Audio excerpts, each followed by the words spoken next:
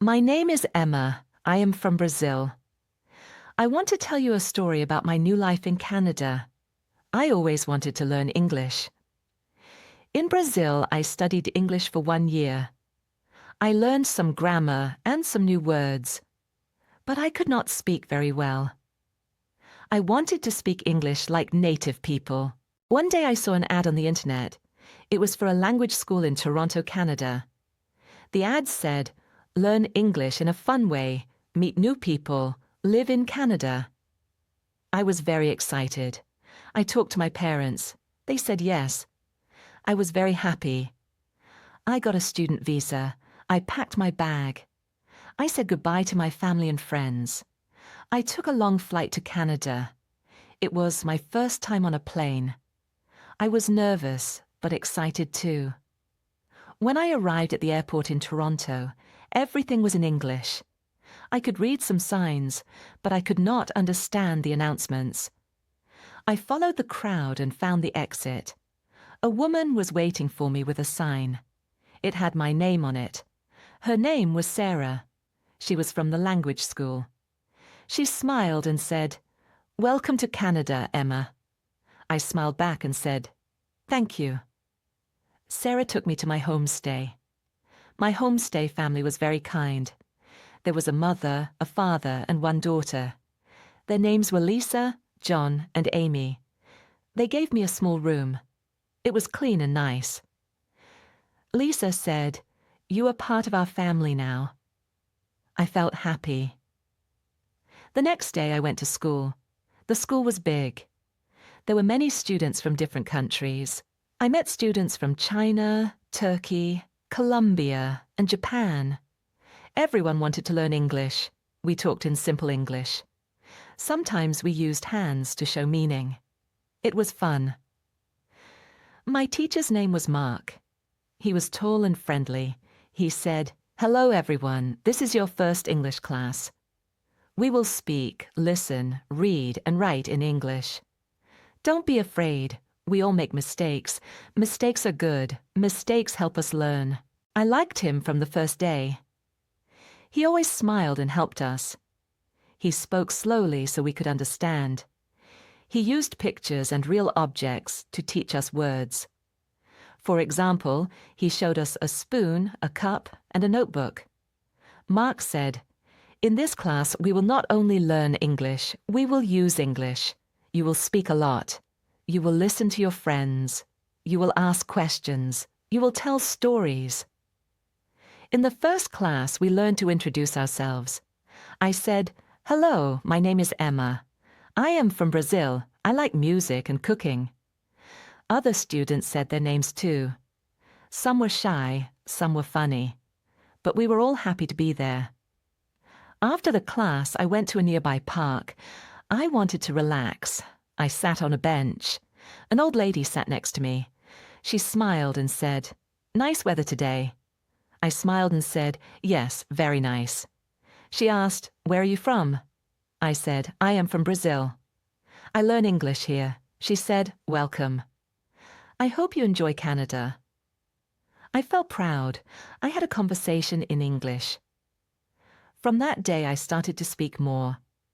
I spoke with my homestay family every evening. Lisa always asked me, "How was your day?" I told her about my school, my teacher, and my classmates. John likes sports. He showed me how to play baseball. I didn't understand the rules at first, but it was fun. Amy was 10 years old. She helped me with English games. We played word games together. She laughed a lot and said, "You are doing great, Emma." At school, we also watched short movies. We learned new words and talked about the stories. I liked one story about a boy and his dog. I cried at the end. It was so sweet. One day, Mark asked us, "What is your favorite way to learn English?" I said, "I like reading short stories." Another student said, "I like watching cartoons in English." Mark said, "All ways are good, but the best way is the way you enjoy." He also told us about a special method. It was called shadowing. He said, You listen to a sentence and say it at the same time. This helps your speaking and pronunciation. We tried it in class. It was hard at first, but later it became easier.